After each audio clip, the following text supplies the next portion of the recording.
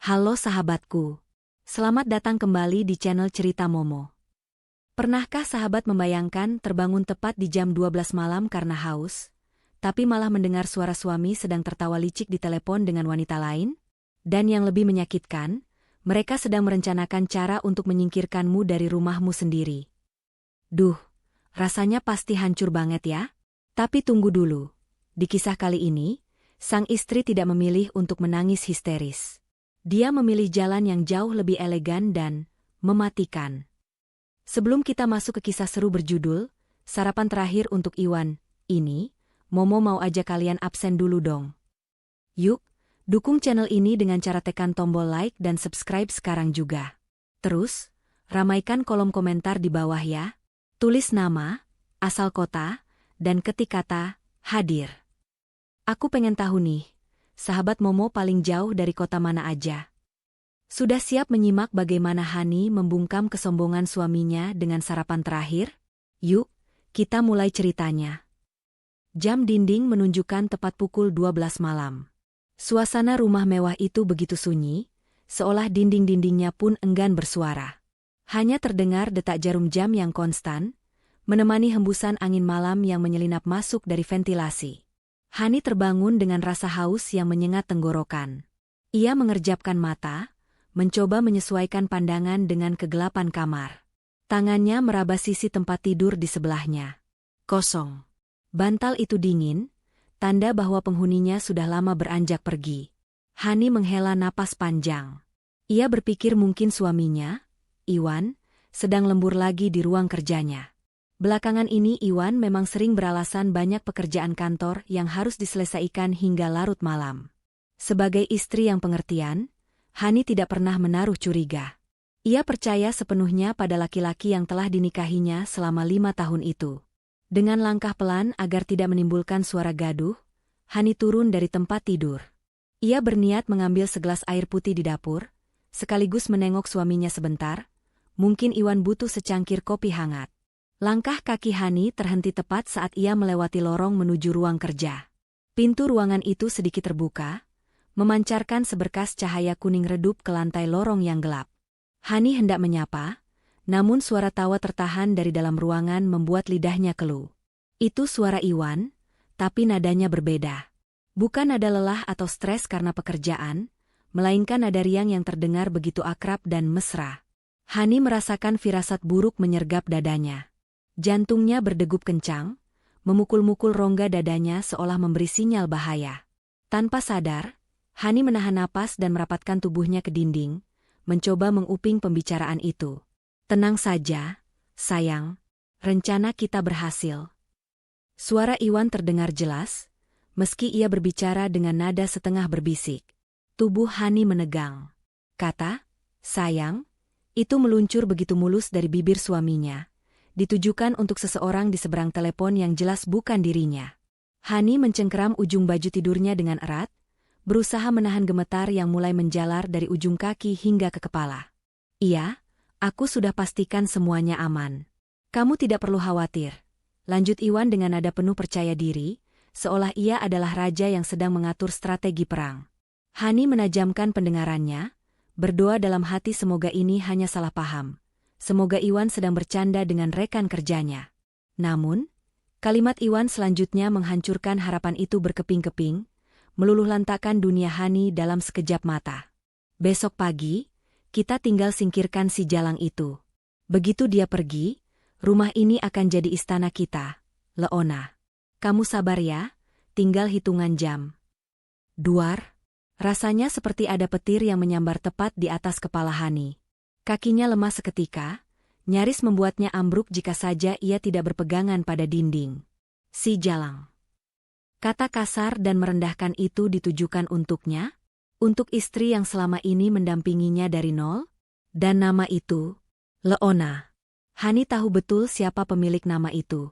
Leona adalah masa lalu Iwan, wanita yang dulu pernah Iwan tinggalkan demi menikahi Hani karena alasan ekonomi. Ternyata, hubungan itu tidak pernah benar-benar berakhir. Air mata Hani menetes deras tanpa bisa dibendung. Rasa sakit yang teramat sangat menghujam ulu hatinya. Ia ingin sekali mendobrak pintu itu sekarang juga. Ia ingin berteriak di depan muka Iwan, memaki suaminya yang tidak tahu diuntung itu, dan menuntut penjelasan. Bagaimana mungkin Iwan setega itu? Rumah yang mereka tempati ini adalah warisan almarhum ayah Hani. Mobil yang Iwan pakai setiap hari adalah hasil tabungan Hani. Dan sekarang, Iwan berencana menyingkirkannya demi memasukkan Leona ke dalam rumah ini? Emosi Hani memuncak, tangannya sudah terangkat hendak mendorong pintu. Namun, sedetik sebelum telapak tangannya menyentuh kayu pintu, akal sehatnya bekerja. Jika ia melabrak Iwan sekarang, Iwan pasti akan berkilah. Laki-laki licik itu pasti punya 1000 alasan untuk memutarbalikan fakta. Atau lebih buruk lagi, Iwan bisa saja nekat melakukan kekerasan karena rencananya terbongkar. Hani sadar, ia tidak boleh gegabah. Menghadapi pengkhianat seperti Iwan tidak bisa dengan air mata dan teriakan, tapi harus dengan strategi yang matang. Di dalam ruangan, Iwan kembali terdengar tertawa kecil. Suara yang terdengar begitu menjijikkan di telinga Hani sekarang. Iya, besok pagi adalah sarapan terakhir dia di rumah ini sebagai nyonya. Setelah itu, dia hanya akan jadi sampah masa lalu yang terlupakan. Kamu siap-siap saja, sayang. Cukup. Hani tidak sanggup mendengar lebih banyak lagi. Hatinya sudah terlalu hancur. Dengan sisa tenaga yang ada, Hani membatalkan niatnya untuk masuk. Ia mundur perlahan dengan langkah jinjit, kembali menuju kamar tidur mereka yang kini terasa dingin dan asing. Ia menutup pintu kamar tanpa suara, lalu merangkak naik ke atas tempat tidur. Hani menarik selimut tebal menutupi seluruh tubuhnya hingga kepala.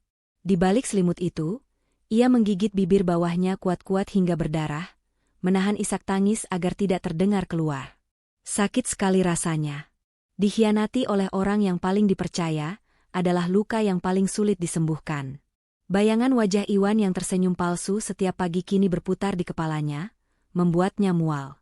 Namun, di tengah tangisnya yang pilu, perlahan-lahan rasa sedih itu berubah wujud.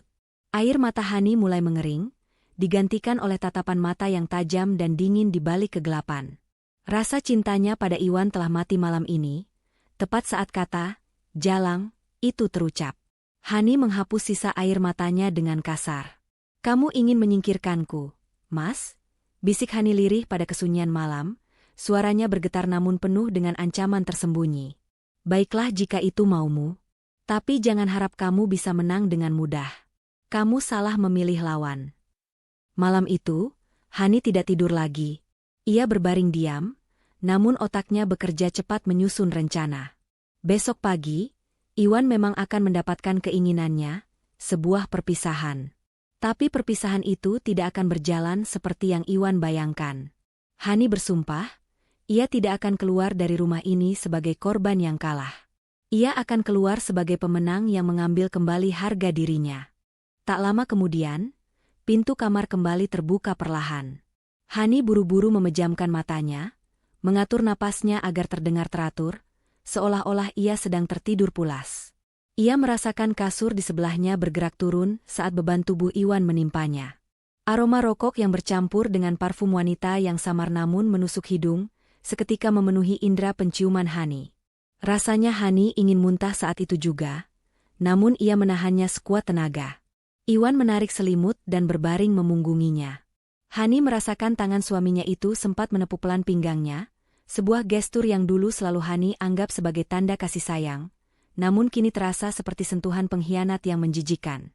Dalam keheningan itu, Hani membuka matanya perlahan, menatap punggung tegap laki-laki yang selama 5 tahun ini ia banggakan sebagai imam keluarganya. Pikiran Hani melayang ke masa lalu, memutar ulang rekaman perjalanan pernikahan mereka.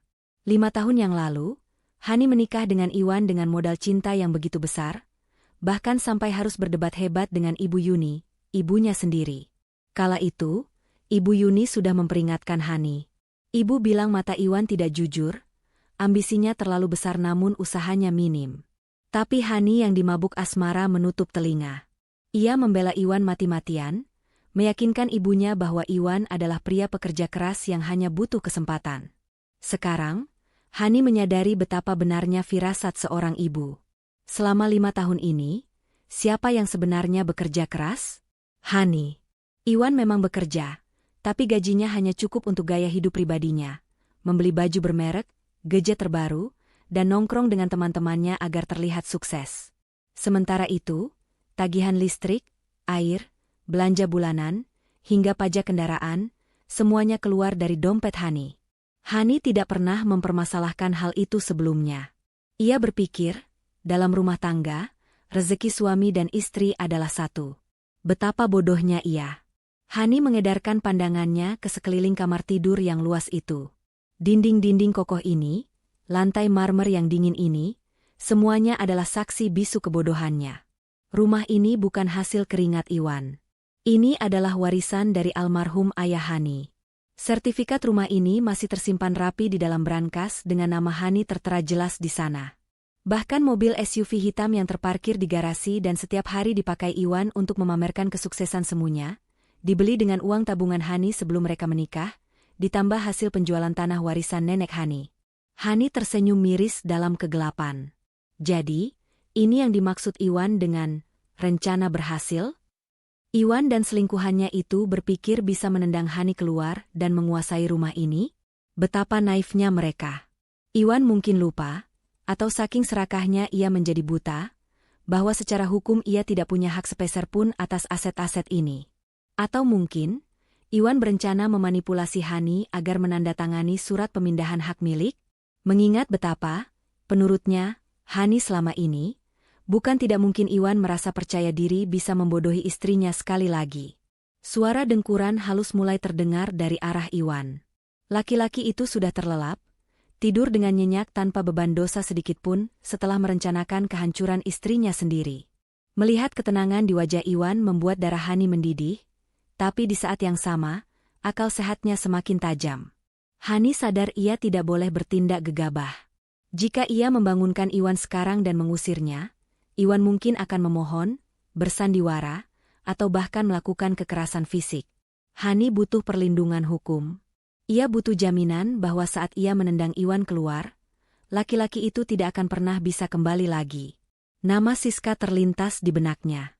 Siska adalah sahabat Hani sejak kuliah yang kini menjadi pengacara sukses. Dulu Siska pernah menyindir Hani soal Iwan yang terlihat terlalu mengontrol, tapi Hani malah menjauhinya.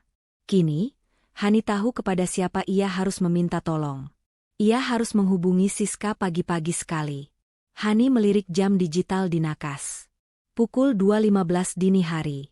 Waktu terus berjalan, dan Hani tahu ia tidak punya banyak waktu untuk bersedih. Ia harus mengamankan posisinya sebelum matahari terbit. Iwan bilang, besok pagi, ia akan menyingkirkan Hani. Itu artinya, Hani harus bergerak lebih cepat. Ia harus menjadi pihak yang memegang kendali permainan ini. Dengan hati-hati, Hani menyingkap selimutnya. Ia turun dari tempat tidur sepelan mungkin, menahan napas setiap kali kasur berderit pelan. Ia berdiri tegak di samping tempat tidur, menatap Iwan untuk terakhir kalinya sebagai seorang istri yang penuh cinta. Mulai detik ini, tatapan itu hilang. Yang tersisa hanyalah tatapan seorang wanita yang siap berperang mempertahankan martabatnya. Hani berjalan jinjit menuju lemari besar di sudut kamar. Di bagian paling bawah, tersembunyi di balik tumpukan baju dingin, ada sebuah brankas kecil. Jantung Hani berdegup kencang. Kunci brankas itu ada di laci meja rias. Tapi Iwan seringkali meletakkan barang-barangnya sembarangan di sana. Hani berdoa dalam hati semoga Iwan tidak memindahkan kunci itu. Sesampainya di meja rias, tangan Hani meraba bagian dalam laci dengan gemetar. Jarinya menyentuh permukaan logam dingin. Kunci itu masih ada di sana. Hani menghela napas lega. Ia mengambil kunci itu dan kembali ke depan lemari. Dengan gerakan cekatan namun senyap, ia membuka brankas. Suara, klik, pelan terdengar. Untungnya tertutup oleh suara dengkuran Iwan yang semakin keras. Di dalam brankas itu, masa depan Hani tersimpan. Map berwarna biru berisi sertifikat rumah, BPKB mobil, buku tabungan, dan beberapa perhiasan emas peninggalan ibu. Hani mendekap map itu erat-erat ke dadanya. Ini adalah senjatanya. Selama dokumen-dokumen ini ada di tangannya, Iwan hanyalah penumpang gelap di rumah ini. Namun, Hani sadar dokumen saja tidak cukup. Ia butuh bukti pengkhianatan Iwan. Mata Hani tertuju pada ponsel Iwan yang tergeletak begitu saja di atas nakas, sedang diisi dayanya. Layar ponsel itu menyala sebentar menampilkan notifikasi pesan masuk. Hani menyipitkan mata. Dari jarak ini, ia bisa melihat nama pengirimnya, Leona My Love. Pesan itu singkat namun cukup membuat perut Hani mual. Mimpi indah sayang, gak sabar buat besok. Hani mengepalkan tangannya. Ia harus mengambil ponsel itu. Ia harus mendapatkan bukti percakapan mereka. Tapi mengambil ponsel yang ada tepat di samping kepala Iwan sangat berisiko.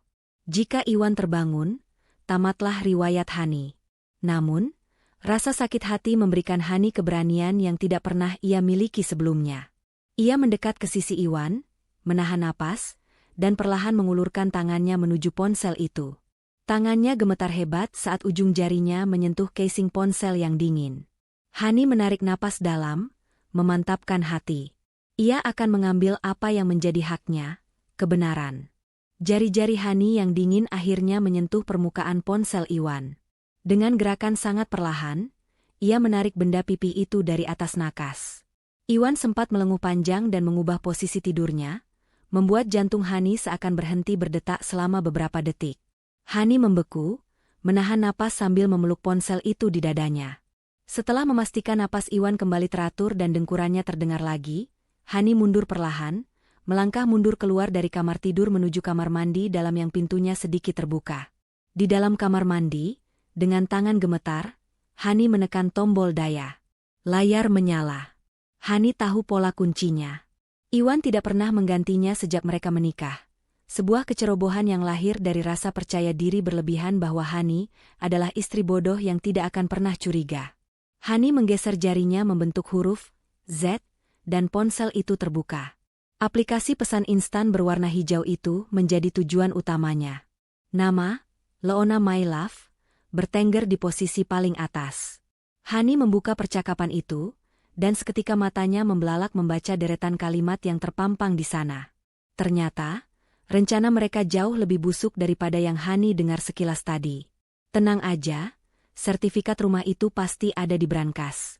Begitu dia kamu usir besok dengan alasan dia mandul atau apalah, kita bisa palsukan tanda tangannya buat balik nama. Temanku di notaris bisa bantu, tulis Leona 2 jam yang lalu. Iwan membalas, SIP. Mobil juga kuncinya besok aku amankan. Dia biar pulang naik ojek aja ke rumah ibunya. Aku udah muak lihat muka sok sucinya itu 5 tahun ini.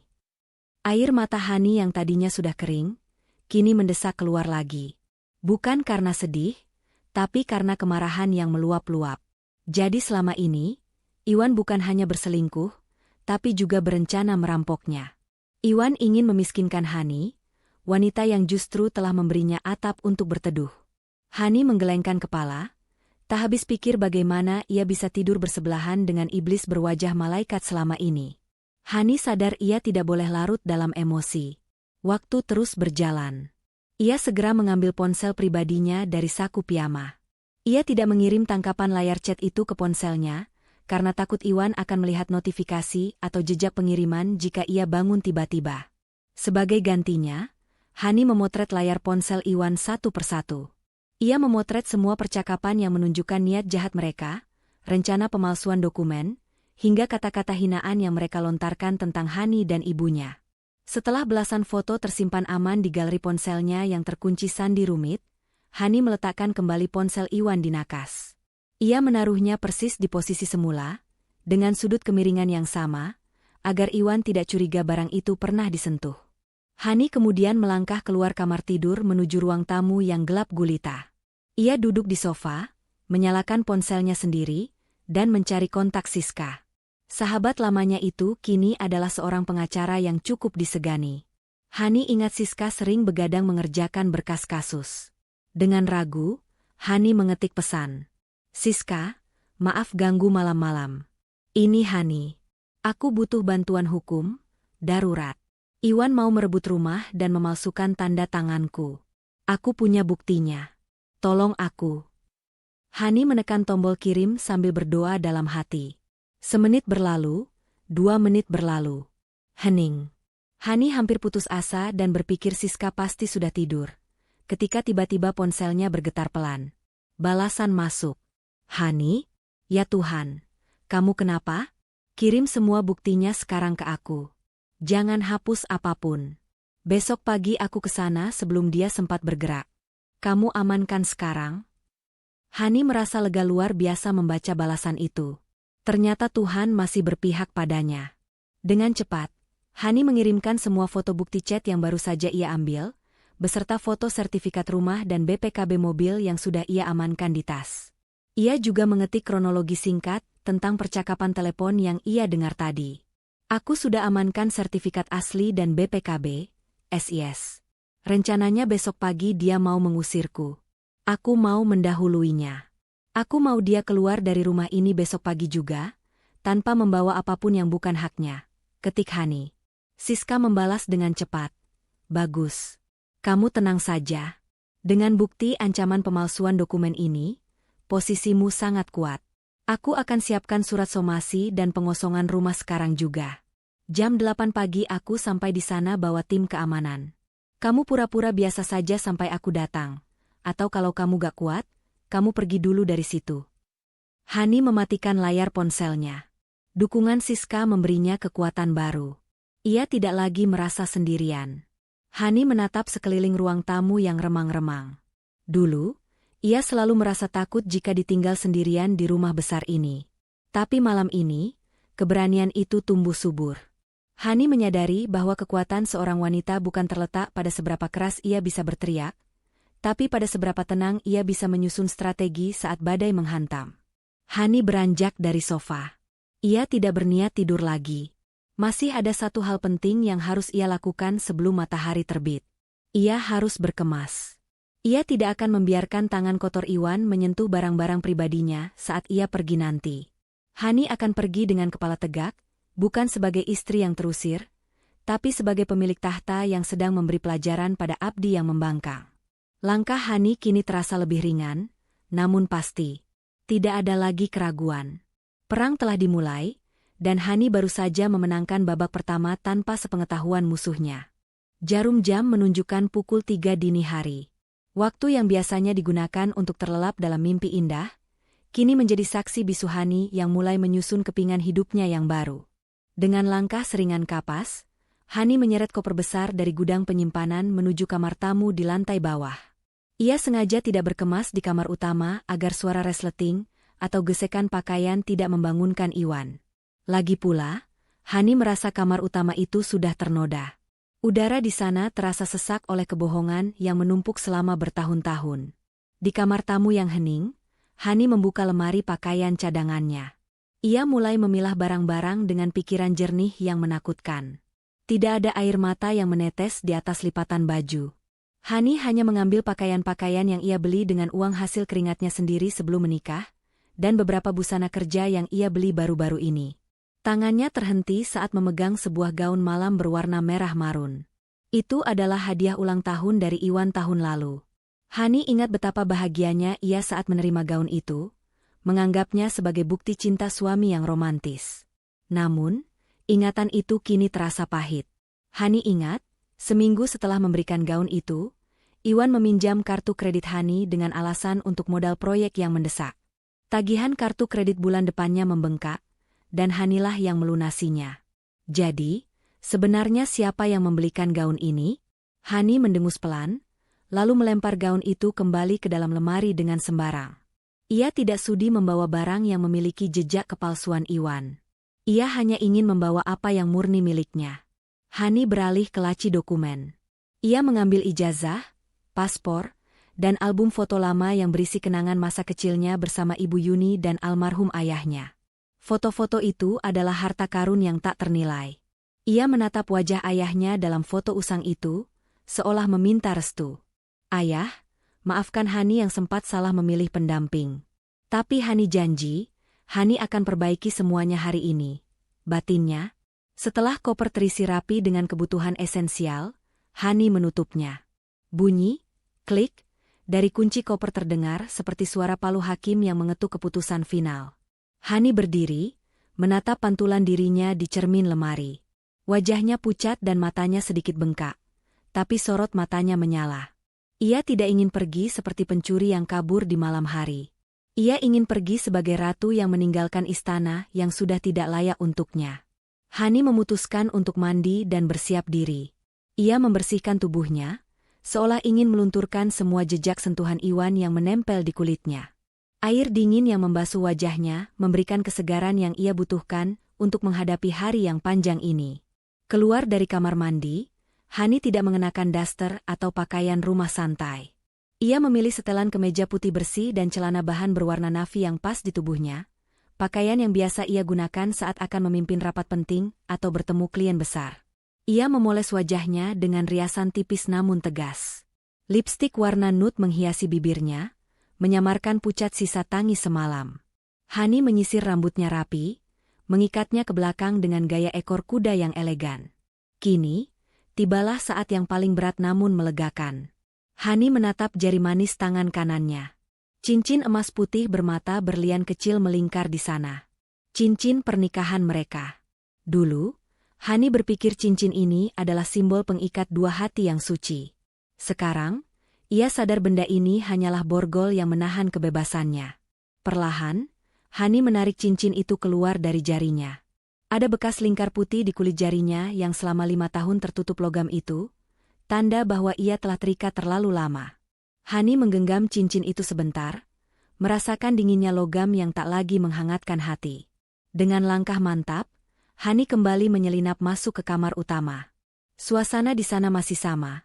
Iwan masih mendengkur, tidak menyadari bahwa dunianya akan runtuh dalam hitungan jam. Hani mendekati nakas di samping tempat tidur. Ia meletakkan cincin pernikahannya tepat di sebelah ponsel Iwan yang tadi ia periksa. Cahaya lampu jalan yang menembus gorden membuat kilauan berlian cincin itu terlihat samar dalam kegelapan.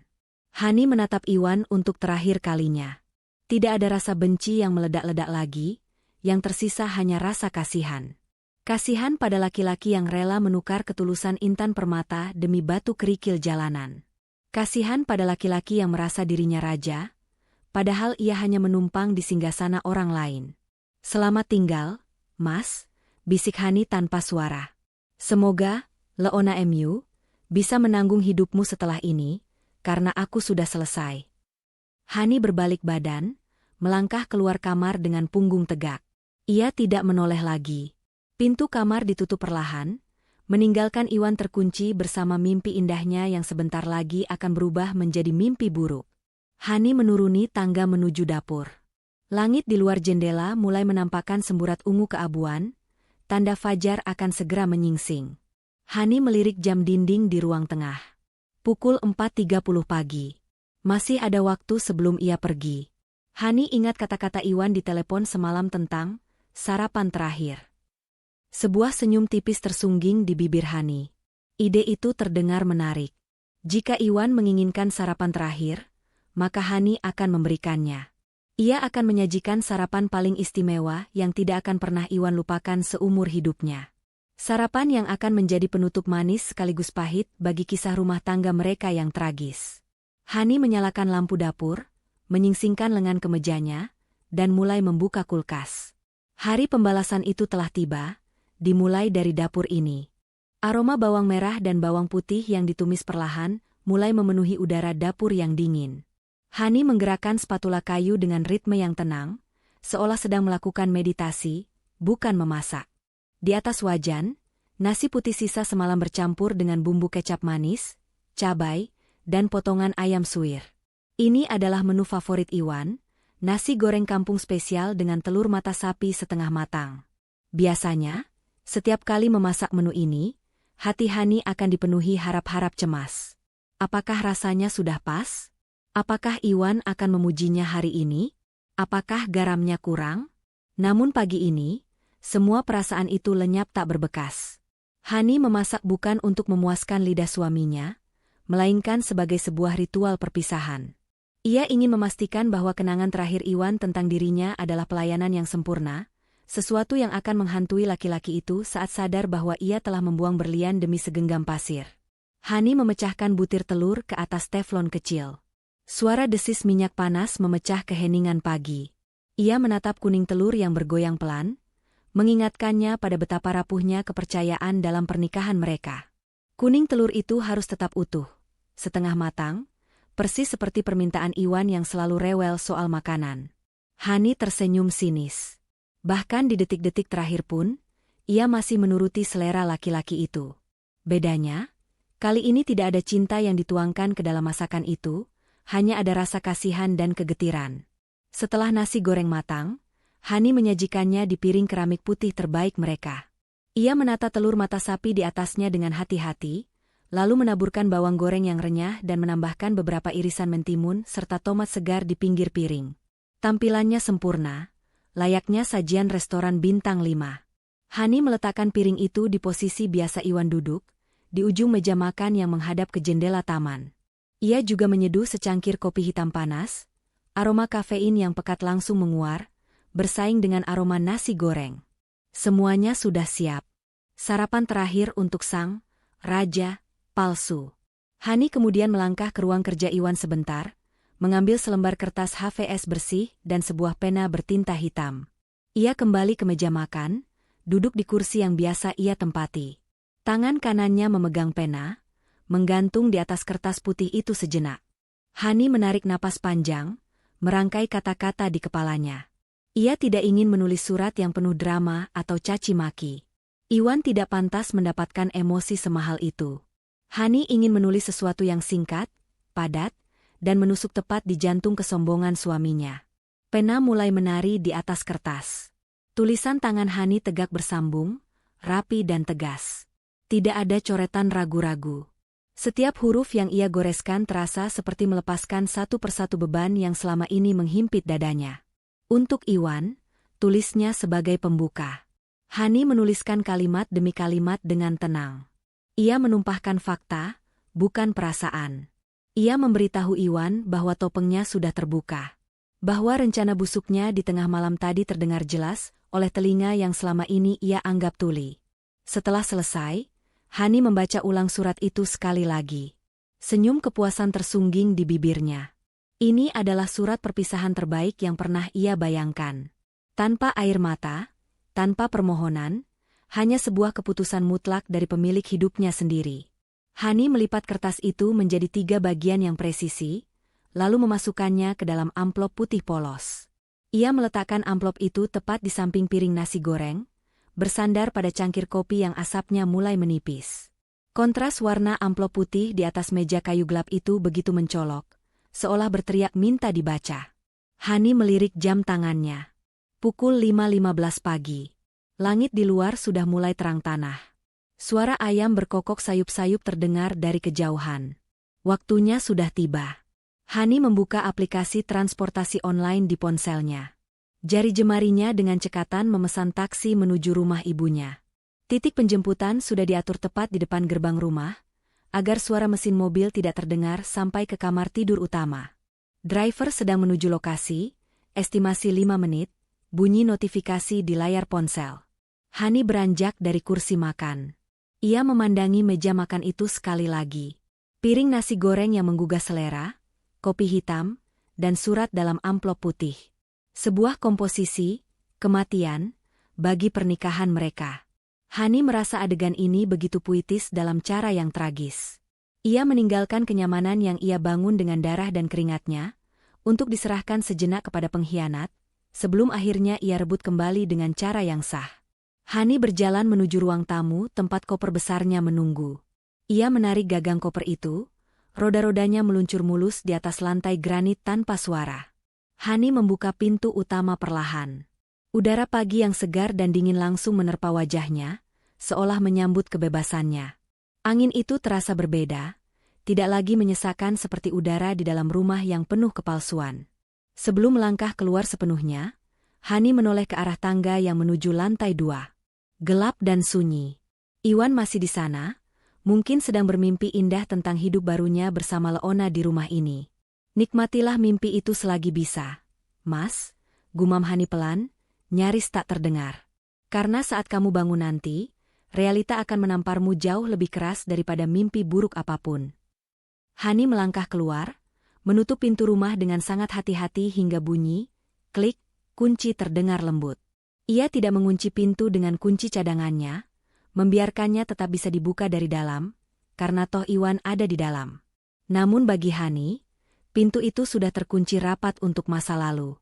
Ia tidak akan pernah masuk lagi ke rumah ini sebagai istri Iwan.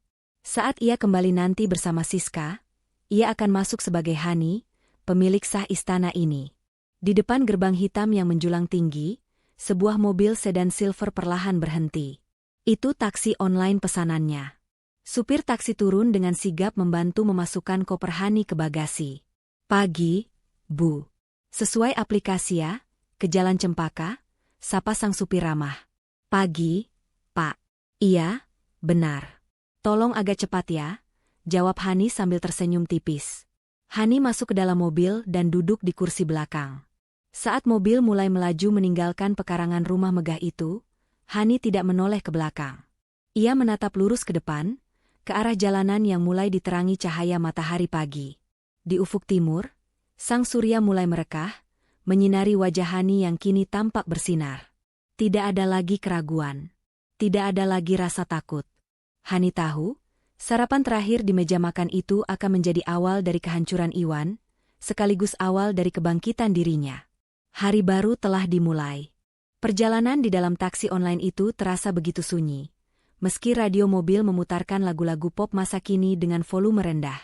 Hani duduk terpaku menatap jalanan kota yang mulai ramai oleh hiruk-pikuk orang-orang yang berangkat kerja. Gedung-gedung tinggi, pedagang kaki lima yang baru menggelar lapak, dan angkutan umum yang saling serobot, semuanya tampak seperti film bisu di mata Hani. Pikirannya melayang jauh, bukan pada kemacetan di depan mata, melainkan pada kehampaan yang tiba-tiba menyeruak di dadanya. Meninggalkan rumah itu ternyata lebih mudah secara fisik. Namun secara emosional, rasanya seperti mencabut akar yang sudah menancap dalam. Bukan karena ia masih mencintai Iwan, cinta itu sudah hangus terbakar api pengkhianatan semalam. Tetapi karena ia menyayangkan waktu 5 tahun yang terbuang sia-sia. 5 tahun ia membangun mimpi, merawat rumah tangga, dan berjuang sendirian, hanya untuk diakhiri dengan rencana pembunuhan karakter dan perampokan aset oleh suaminya sendiri. Setengah jam kemudian, taksi berbelok masuk ke sebuah kompleks perumahan lama yang asri. Deretan pohon mangga dan jambu air menghiasi pekarangan rumah-rumah di sana, memberikan nuansa sejuk yang kontras dengan kompleks elit gersang tempat Hani tinggal bersama Iwan. Mobil berhenti tepat di depan sebuah rumah sederhana bercat krem, dengan pagar besi hitam yang rendah. Hani menghela napas panjang. Ini adalah rumah masa kecilnya, tempat paling aman di dunia. "Sudah sampai, Bu," ujar supir taksi, membuyarkan lamunan Hani. Hani membayar ongkos dan mengucapkan terima kasih.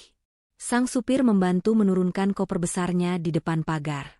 Setelah mobil itu pergi, Hani berdiri sejenak memandangi rumah itu. Di teras, seorang wanita parubaya dengan rambut yang mulai memutih namun masih tampak energik sedang menyirami tanaman anggrek kesayangannya. Itu Ibu Yuni. Suara roda koper yang bergesekan dengan paving block membuat Ibu Yuni menoleh.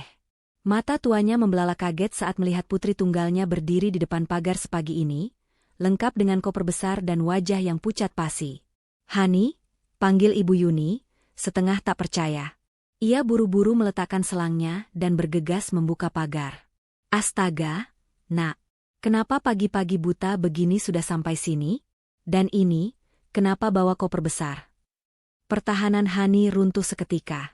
Sepanjang malam ia berhasil menahan air matanya di depan Iwan, ia berhasil bersikap dingin saat menyusun rencana, dan ia berhasil tegar saat meninggalkan rumah. Tapi di hadapan ibunya, topeng ketegaran itu hancur berkeping-keping. Hani menghambur ke pelukan ibunya, membenamkan wajahnya di bahu wanita yang telah melahirkannya itu. "Ibu." Isak Hani pecah. Tangisannya bukan lagi tangisan tertahan, melainkan raungan kepedihan yang menyayat hati. Ibu Yuni tidak banyak bertanya. Naluri keibuannya langsung tahu bahwa sesuatu yang sangat buruk telah terjadi. Ia mendekap Hani erat-erat, mengusap punggung putrinya dengan lembut, membiarkan Hani menumpahkan segala beban yang menghimpit dadanya. "Menangislah, Nak, keluarkan semuanya. Ibu di sini," bisik Ibu Yuni lembut. Setelah beberapa menit menangis di halaman, Ibu Yuni membimbing Hani masuk ke dalam rumah. Ia mendudukkan Hani di sofa ruang tamu yang empuk, sofa lama yang sudah belasan tahun ada di sana, dan menyimpan banyak kenangan masa kecil Hani. Ibu Yuni pergi ke dapur sebentar dan kembali dengan segelas teh manis hangat. "Minum dulu, tenangkan dirimu," ujar Ibu Yuni sambil menyodorkan gelas. Hani menerima gelas itu dengan tangan yang masih sedikit gemetar. Kehangatan teh manis menjalar ke kerongkongannya, memberikan sedikit rasa nyaman. Setelah napasnya mulai teratur, Hani menatap ibunya dengan mata sembab. "Iwan, Bu." Hani memulai ceritanya dengan suara serak. "Semalam aku dengar dia teleponan sama perempuan lain. Namanya Leona. Mereka berencana mengusirku hari ini, Bu. Mereka mau ambil rumah dan mobil, bahkan mau memalsukan tanda tanganku." Wajah Ibu Yuni yang tadinya cemas perlahan berubah menjadi keras. Rahangnya mengeras, namun ia tidak terlihat kaget berlebihan. Seolah-olah, jauh di lubuk hatinya, ia sudah menduga hari ini akan datang, meski ia tak menyangka akan sejahat ini caranya. "Ibu sudah menduga, Hani," kata Ibu Yuni pelan namun tegas. "Sejak awal ibu tidak pernah sreg dengan laki-laki itu. Matanya tidak pernah jujur. Tapi dulu kamu begitu bahagia. Mata kamu begitu berbinar setiap menceritakan dia, jadi ibu memilih diam dan mendoakan yang terbaik. Ibu pikir, mungkin ibu yang salah menilai. Ternyata firasat seorang ibu tidak pernah meleset." Hani menunduk, meremas jemarinya sendiri. "Maafkan Hani, Bu. Hani bodoh. Hani ngeyel waktu ibu peringatkan dulu." Hani malah membela dia mati-matian. Ibu Yuni meraih tangan Hani, menggenggamnya erat. "Jangan minta maaf karena kamu tulus mencintai seseorang. Nak, ketulusan itu tidak pernah salah. Yang salah adalah orang yang tidak tahu cara menghargai ketulusan itu. Kamu tidak bodoh. Kamu hanya terlalu baik untuk laki-laki seperti Iwan." Ibu Yuni menatap lurus ke mata Hani. "Sekarang, ceritakan sama ibu. Apa yang sudah kamu lakukan?" Ibu tahu anak ibu bukan perempuan lemah yang cuma bisa nangis lalu kabur begitu saja. Hani menghapus sisa air matanya, lalu menegakkan punggungnya. Sisi petarung dalam dirinya kembali muncul. "Aku sudah amankan sertifikat rumah, BPKB mobil, dan semua perhiasan pemberian ibu. Semuanya ada di koper itu. Aku juga sudah foto bukti chat perselingkuhan dan rencana jahat mereka. Siska sudah kuberitahu, Bu. Jam 8 nanti Siska dan timnya akan datang ke sana untuk mengusir Iwan." Senyum bangga terukir di wajah Ibu Yuni. Ia menepuk-nepuk tangan Hani. "Itu baru anak ibu. Bagus. Jangan biarkan dia menginjak-injak harga dirimu. Rumah itu hakmu. Warisan almarhum ayah untuk menjamin masa depanmu, bukan untuk memfasilitasi perselingkuhan suamimu." "Aku juga masakin dia sarapan terakhir, Bu," tambah Hani dengan senyum kecut. "Dan aku tinggalkan surat di meja makan. Biar dia sadar, saat dia bangun nanti, dia sudah kehilangan segalanya." Ibu Yuni mengangguk-angguk. "Biar saja. Biar dia merasakan bagaimana rasanya jatuh dari langit ke kubangan lumpur. Kamu berhak bahagia, Hani. Jangan biarkan sampah membuatmu merasa kotor. Ingat, berlian kalau jatuh ke lumpur tetaplah berlian. Sementara sampah, mau dibungkus sutra sekalipun tetaplah sampah."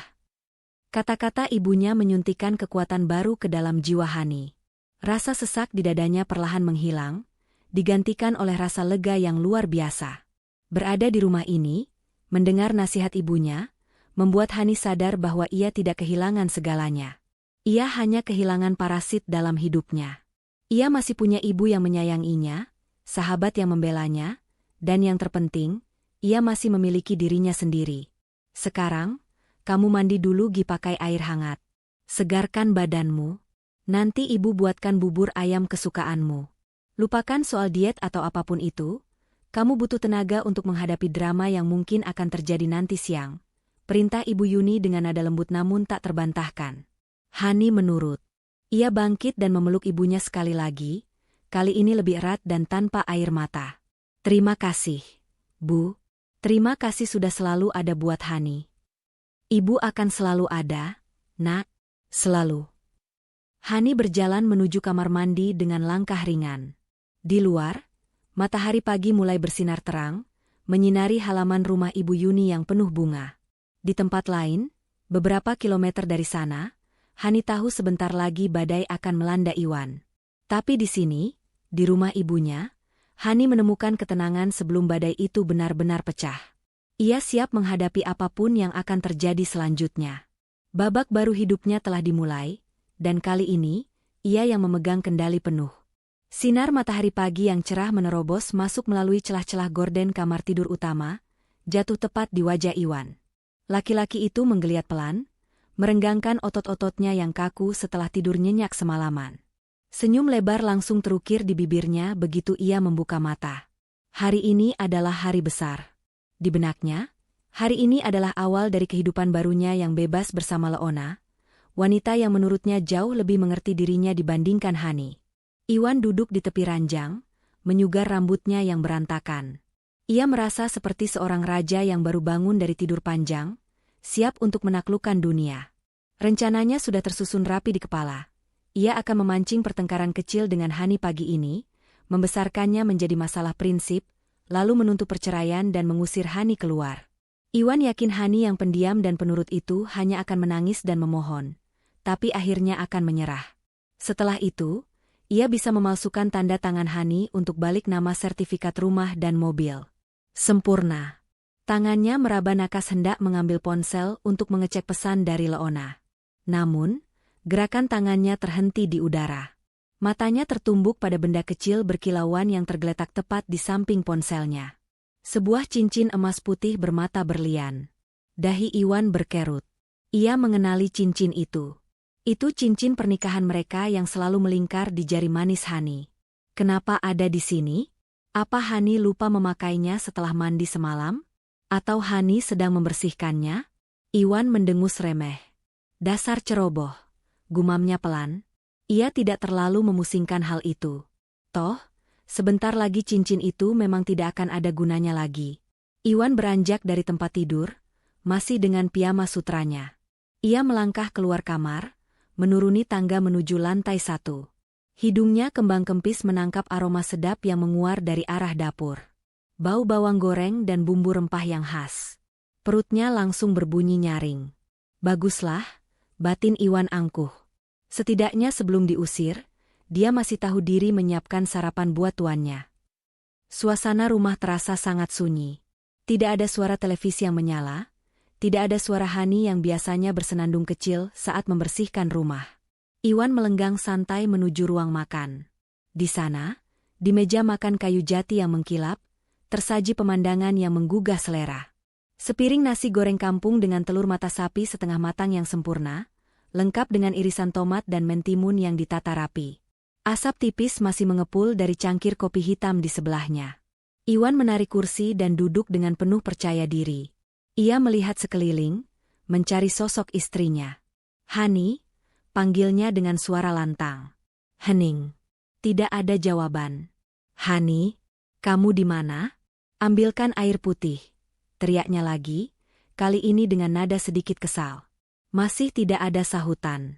Iwan mendecakkan lidah. Mungkin Hani sedang di halaman belakang menjemur pakaian, pikirnya. Iwan memutuskan untuk tidak peduli. Ia meraih sendok dan garpu, bersiap menyantap sarapan lezat itu.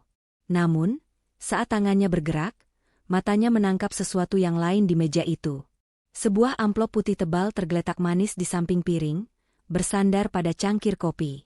Rasa penasaran mulai menggelitik Iwan. Ia meletakkan kembali sendoknya dan meraih amplop itu.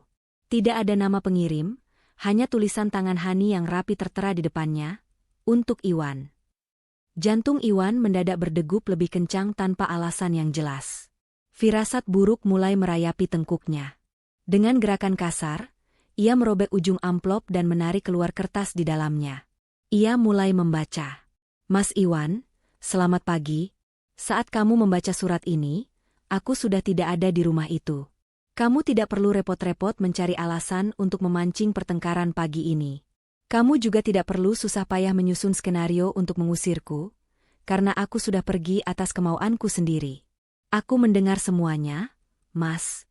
Tadi malam, jam 12, saat kamu menelepon, sayang MU, itu.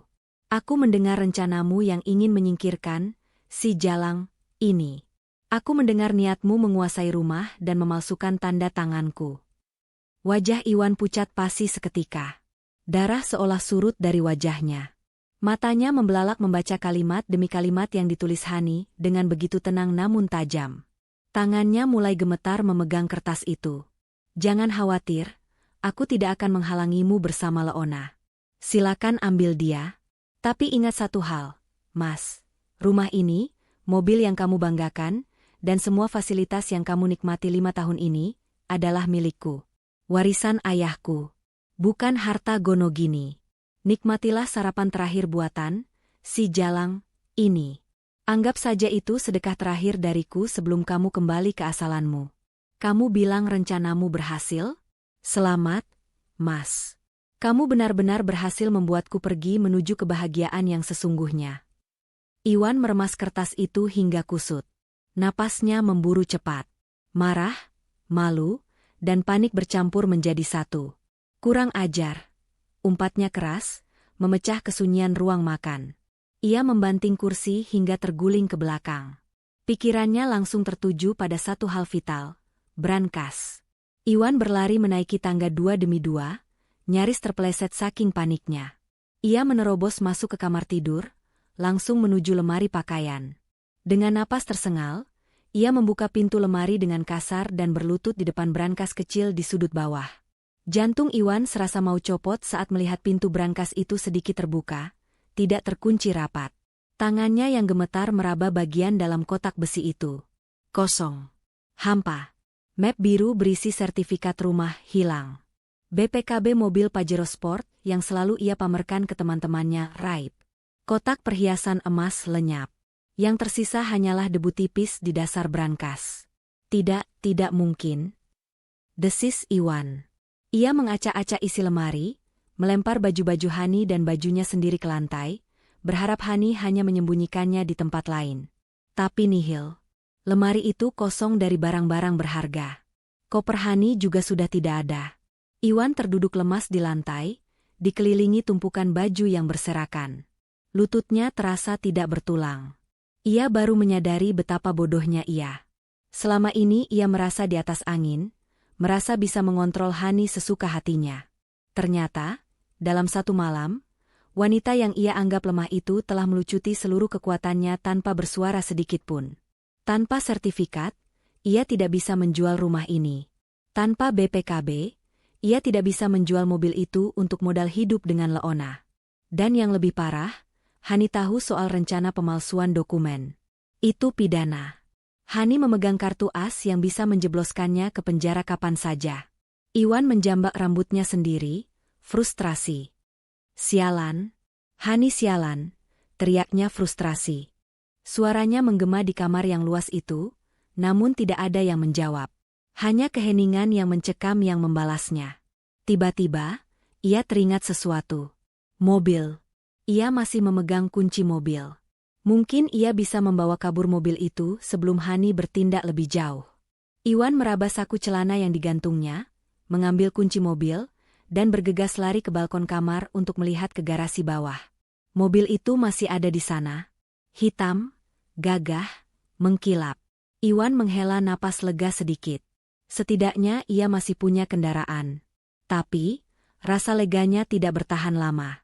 Saat ia melirik jam dinding, jarum menunjukkan pukul 7.50 pagi. Di dalam surat tadi, Hani tidak menyebutkan kapan dia akan kembali atau apa yang akan dia lakukan selanjutnya. Ketidakpastian ini membunuh Iwan. Ia merasa seperti buronan di rumahnya sendiri. Rumah mewah yang kemarin terasa seperti istana, kini terasa seperti penjara yang dinding-dindingnya mulai menghimpit. Iwan kembali turun ke ruang makan dengan langkah gontai. Nasi goreng di piring itu sudah mulai dingin, telur mata sapinya mengerut, seolah mengejek nasibnya. Ia menatap makanan itu dengan tatapan nanar. Perutnya yang tadi lapar kini terasa mual. Ia tidak sanggup menelan satu suap pun.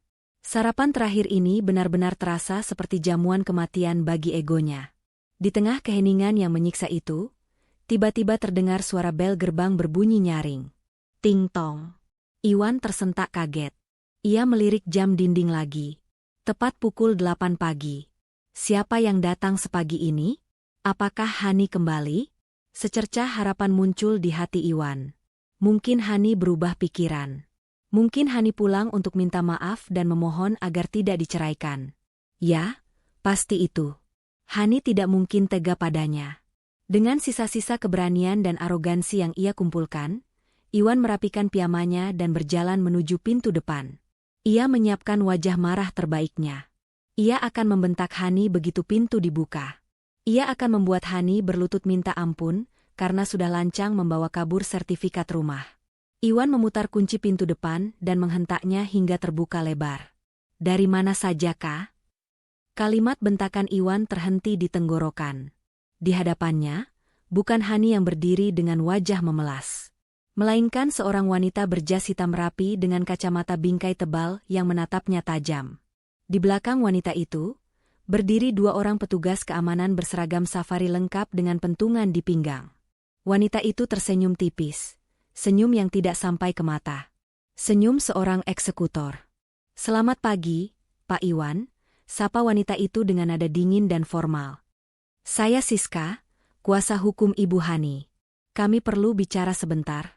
"Di luar saja." Dunia Iwan rasanya runtuh detik itu juga. Keringat dingin sebesar biji jagung mulai bermunculan di dahi Iwan. Ia berdiri mematung di ambang pintu, tangannya masih mencengkeram gagang pintu dengan erat, seolah benda itu adalah satu-satunya penopang yang membuatnya tetap tegak. Kehadiran Siska, wanita yang dulu ia remehkan sebagai teman Hani yang kutu buku, kini terasa begitu mengintimidasi. Aura Siska pagi ini bukan seperti seorang teman lama, melainkan seperti hakim yang siap menjatuhkan vonis mati. "Siska, sedang apa kamu di sini?" tanya Iwan dengan suara yang berusaha ia tegaskan, meski getaran panik di ujung kalimatnya tak bisa disembunyikan. Matanya melirik gelisah ke arah 2 petugas keamanan bertubuh kekar yang berdiri diam di belakang Siska dengan tangan terlipat di dada. Siska tidak langsung menjawab. Ia membetulkan letak kacamatanya dengan gerakan tenang, lalu mengeluarkan sebuah map merah dari tas kerjanya. "Saya di sini sebagai kuasa hukum resmi dari Ibu Hani, istri Anda. Atau mungkin sebentar lagi akan menjadi mantan istri Anda," jawab Siska datar. Iwan mendengus kasar, mencoba menutupi rasa takutnya dengan amarah. "Jangan ikut campur urusan rumah tangga orang. Ini masalah saya dengan Hani. Suruh dia pulang dan bicara langsung sama saya." "Dasar pengecut," beraninya sembunyi di ketiak pengacara. Siska tersenyum miring, sebuah senyum yang penuh dengan rasa kasihan. "Klien saya tidak sembunyi, Pak Iwan. Beliau sedang menyelamatkan diri dari rencana jahat yang Bapak susun semalam. Kami tahu semuanya. Singkirkan si Jalang, palsukan tanda tangan, kuasai aset." Terdengar familiar?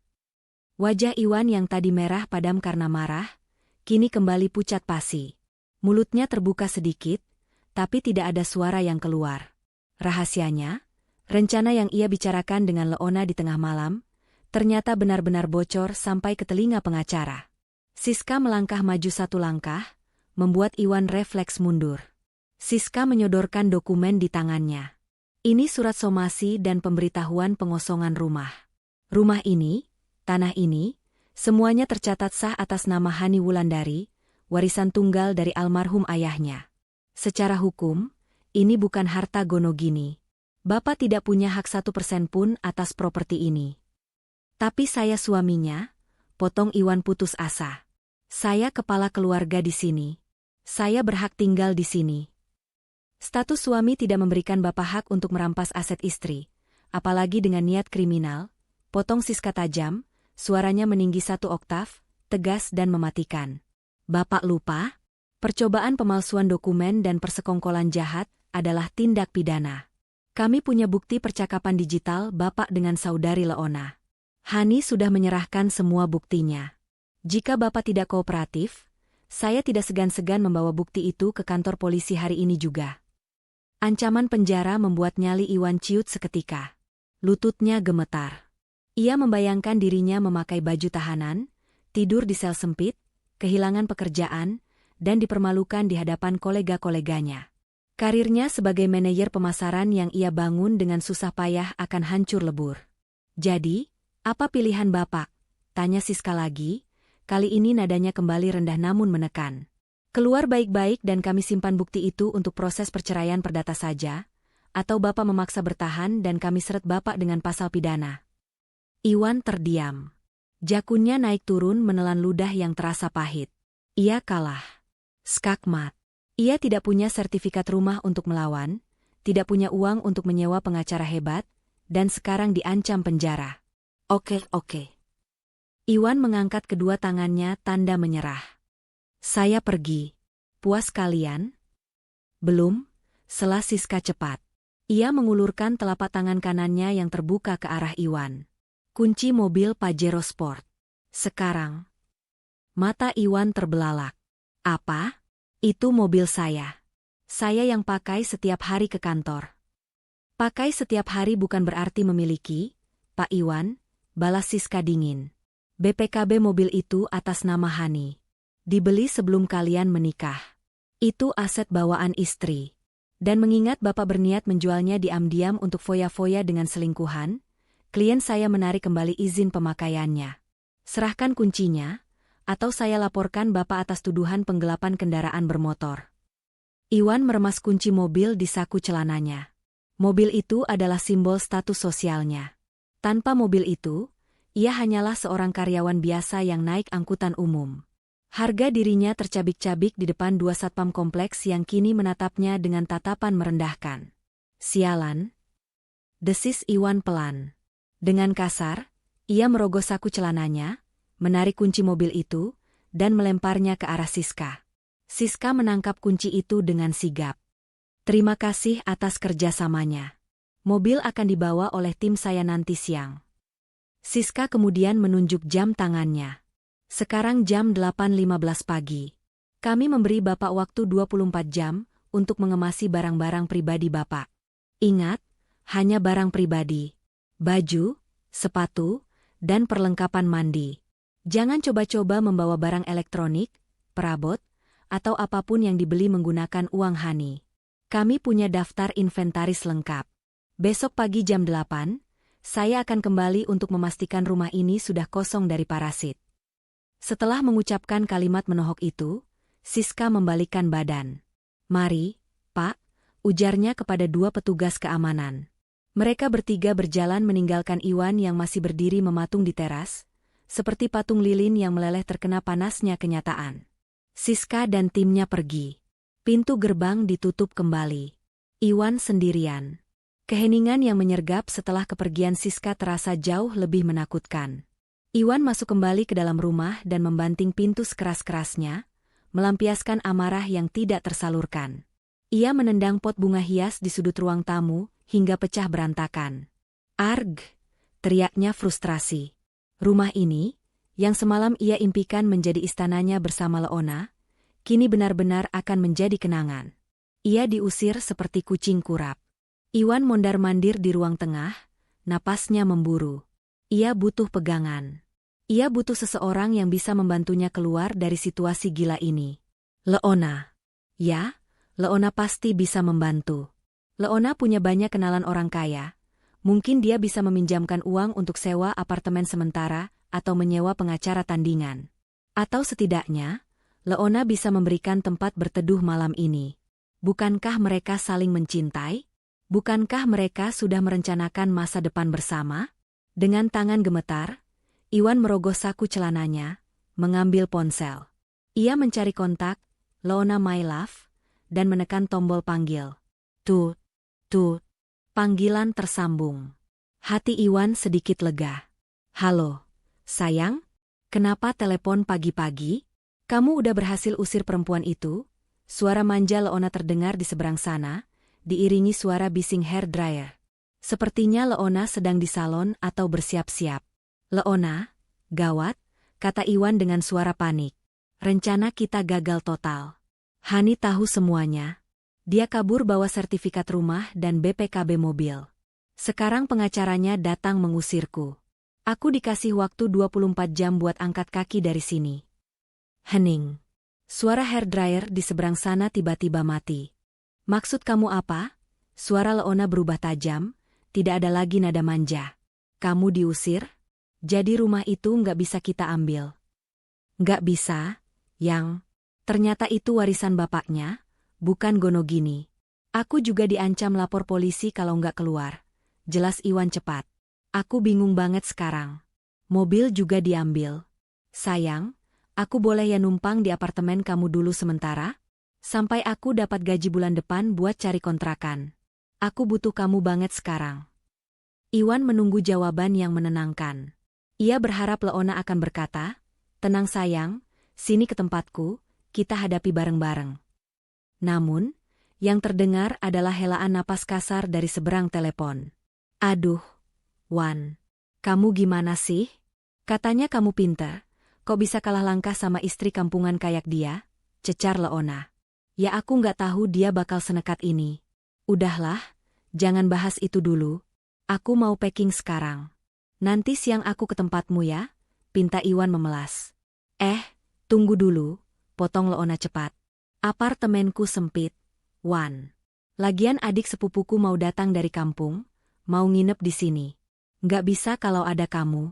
"Sempit?" Iwan ternganga. Alasan macam apa itu? Kemarin Leona bilang dia tinggal sendirian dan kesepian.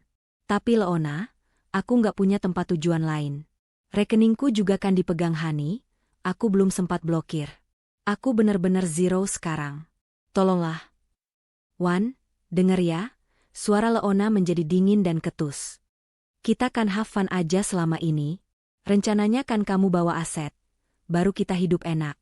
Kalau kamu datang cuma bawa baju kotor dan masalah, ya sorry aja. Aku bukan panti sosial yang nampung gelandangan. Kamu cari tempat lain aja deh." "Leona, tegak kamu ya. Aku lakuin ini semua demi kamu," teriak Iwan tak percaya. "Demi aku atau demi nafsu kamu sendiri? Udah aku sibuk. Jangan hubungi aku lagi kalau kamu masih miskin. Bye." Klik. Sambungan telepon diputus sepihak. Iwan menatap layar ponselnya dengan tatapan kosong. Ia tidak percaya apa yang baru saja terjadi. Dalam hitungan jam, ia kehilangan istri yang tulus, rumah mewah, mobil, harga diri, dan sekarang wanita yang ia kira cinta sejatinya. Membuangnya begitu saja saat tahu ia tidak lagi bernilai. Iwan merosot duduk di lantai ruang tamu yang dingin. Sunyi kembali menyelimuti rumah itu. Tapi kali ini, kesunyian itu terasa begitu menyakitkan. Bayangan wajah Hani yang tersenyum tulus saat menyambutnya pulang kerja dulu berkelebat di benaknya. Bayangan Hani yang sabar memijat kakinya saat lelah. Bayangan nasi goreng spesial yang tadi pagi ia abaikan. Penyesalan itu datang bukan seperti ombak yang perlahan, tapi seperti tsunami yang menghantam tanpa ampun. Iwan menangis. Bukan tangisan sedih, tapi tangisan seorang pecundang yang menyadari bahwa ia baru saja membuang berlian demi memungut kotoran. Dan sekarang, kotoran itu pun enggan menempel padanya. Waktu seakan berjalan sangat lambat bagi Iwan. Jam dinding di ruang tengah terus berdetak, menghitung mundur sisa waktunya di istana yang sebentar lagi bukan lagi menjadi tempat berteduhnya. Setelah sambungan telepon dengan Leona terputus, Iwan menghabiskan waktu berjam-jam duduk melamun di lantai, menatap kosong ke arah langit-langit. Rasa lapar mulai menyerang perutnya, perih dan melilit, namun tidak ada keinginan sedikitpun untuk bergerak. Menjelang sore, cahaya matahari mulai meredup, menyisakan bayang-bayang panjang yang terlihat menakutkan di dalam rumah besar itu. Iwan akhirnya memaksakan diri untuk bangkit. Ia tidak punya pilihan lain. Siska, pengacara bermulut pedas itu, pasti tidak main-main dengan ancamannya. Jika besok pagi Iwan masih ada di sini, polisi akan menyeretnya. Iwan tidak ingin menambah daftar kehinaannya dengan mendekam di penjara. Dengan langkah gontai seperti zombie, Iwan kembali ke kamar tidur utama. Ia menarik 2 koper besar dari atas lemari. Dulu, koper-koper ini selalu ia gunakan untuk liburan mewah bersama Hani ke Bali atau Singapura. Kini, koper-koper itu akan menjadi saksi kejatuhannya. Iwan mulai memasukkan pakaian-pakaiannya secara asal. Kemeja kerja, celana bahan, kaos santai, semuanya ia jejalkan tanpa dilipat rapi. Saat membuka laci untuk mengambil jam tangan mahalnya, tangan Iwan terhenti. Ia teringat kata-kata Siska tentang daftar inventaris. Jam tangan Rolex itu adalah hadiah ulang tahun dari Hani 2 tahun lalu. Harganya puluhan juta. Iwan ragu. Apakah ini termasuk barang pribadi atau aset yang dipermasalahkan? Ketakutan akan tuntutan hukum penggelapan aset membuatnya meletakkan kembali jam tangan itu. Ia hanya mengambil jam tangan lamanya, sebuah jam tangan murah yang ia beli saat masih menjadi staf biasa. Rasanya seperti memakai kembali identitas lamanya yang miskin. Selesai berkemas, Iwan menyeret koper-koper itu menuruni tangga. Suara roda koper yang beradu dengan lantai granit terdengar begitu nyaring di rumah yang sunyi, menciptakan gema kesedihan. Iwan berhenti sejenak di ruang makan. Piring nasi goreng buatan Hani masih ada di sana. Makanan itu sudah dingin, berminyak, dan dikerubungi semut. Lalat beterbangan di atas telur mata sapi yang sudah mengering. Perut Iwan berbunyi lagi, kali ini lebih keras. Ia menelan ludah. Rasa gengsi yang tadi pagi membumbung tinggi kini runtuh oleh rasa lapar. Dengan tangan gemetar, Iwan mengambil sendok. Ia menyuapkan sesendok nasi goreng dingin itu ke mulutnya. Rasanya hambar dan dingin. Namun, di balik rasa dingin itu, lidah Iwan masih bisa mengecap bumbu khas racikan Hani. Bumbu yang selalu membuatnya rindu rumah. Bumbu yang dimasak dengan penuh kasih sayang selama 5 tahun. Iwan mengunyah perlahan, dan tiba-tiba saja air matanya menetes jatuh ke piring. "Maafkan aku, Hani." Isaknya pelan di ruang makan yang kosong. Suapan itu terasa seperti menelan duri. Iwan menyadari bahwa ini benar-benar sarapan terakhir, sekaligus makan malam terakhirnya di rumah ini.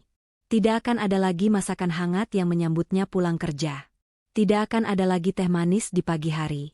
Yang ada nanti hanyalah mie instan di kamar kos sempit. Jika ia beruntung bisa menyewa kos. Iwan meletakkan sendok dengan kasar. Ia tidak sanggup menghabiskannya. Rasa penyesalan itu terlalu pahit untuk ditelan.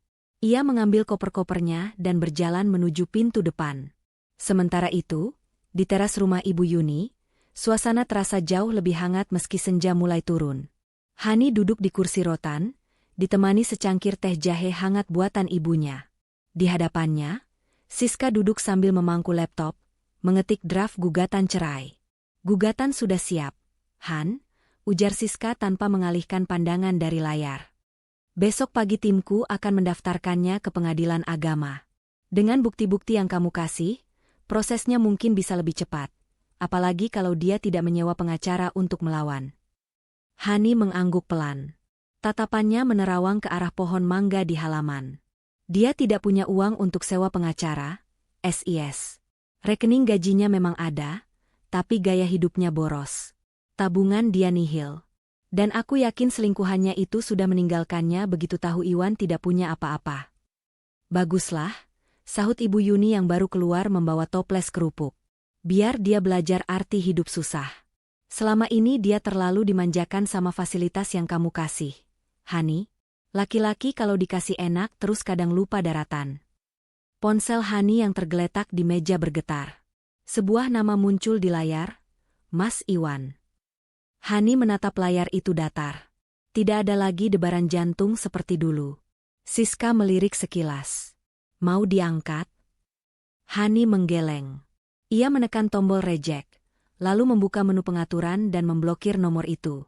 Tidak ada gunanya bicara lagi. Semuanya sudah tertuang di surat tadi pagi. Kalau dia mau bicara, biar dia bicara sama kamu saja, SIS, di pengadilan nanti. Ibu Yuni tersenyum bangga melihat ketegasan putrinya. Itu baru anak ibu. Jangan kasih celah sedikit pun buat dia meracuni pikiranmu lagi dengan janji manisnya. Kembali ke rumah mewah yang kini tak bertuan. Iwan menatap layar ponselnya dengan putus asa. Panggilannya ditolak. Dan saat ia mencoba menelepon lagi, nomornya sudah sibuk, tanda ia telah diblokir. Akses terakhirnya menuju Hani telah tertutup rapat. Iwan berdiri di depan gerbang rumah yang tinggi. Ia memandang bangunan megah itu untuk terakhir kalinya. Lampu-lampu taman otomatis menyala karena sensor cahaya, membuat rumah itu terlihat semakin cantik dan anggun di malam hari. Tapi keindahan itu bukan lagi miliknya. Iwan merasa seperti Adam yang diusir dari surga, karena memakan buah terlarang. Bedanya, tidak ada Hawa yang menemaninya. Hawanya, Leona, telah membuangnya, dan istri sahnya telah ia hianati. Iwan memesan ojek online karena taksi terlalu mahal untuk sisa uang di dompetnya. Tak lama kemudian, sebuah motor bebek tua berhenti di depannya. "Atas nama Iwan? Ke terminal bus ya, Pak?" tanya pengemudi ojek itu sambil memberikan helm yang bau apek. Iwan mengangguk lemah. Ia menyerahkan satu koper besar untuk diikat di jok belakang, sementara satu koper lagi ia pangku dengan susah payah. Pemandangan yang sangat kontras dengan Iwan yang biasanya duduk nyaman di balik kemudi Pajero Sport ber-AC dingin. Motor itu melaju perlahan meninggalkan kawasan elit tersebut. Iwan memeluk kopernya erat-erat, menahan angin malam yang menusuk tulang. Di sepanjang jalan, ia melihat pasangan-pasangan muda yang sedang menikmati malam minggu, tertawa bahagia di kafe-kafe pinggir jalan. Pemandangan itu semakin mengiris hatinya. Ia dulu memiliki semua itu. Kebahagiaan, kemapanan, dan cinta tulus. Kini, ia hanya seorang pria parubaya dengan 2 koper, tanpa tujuan, dan tanpa siapa-siapa. Malam itu menjadi malam terpanjang dalam hidup Iwan.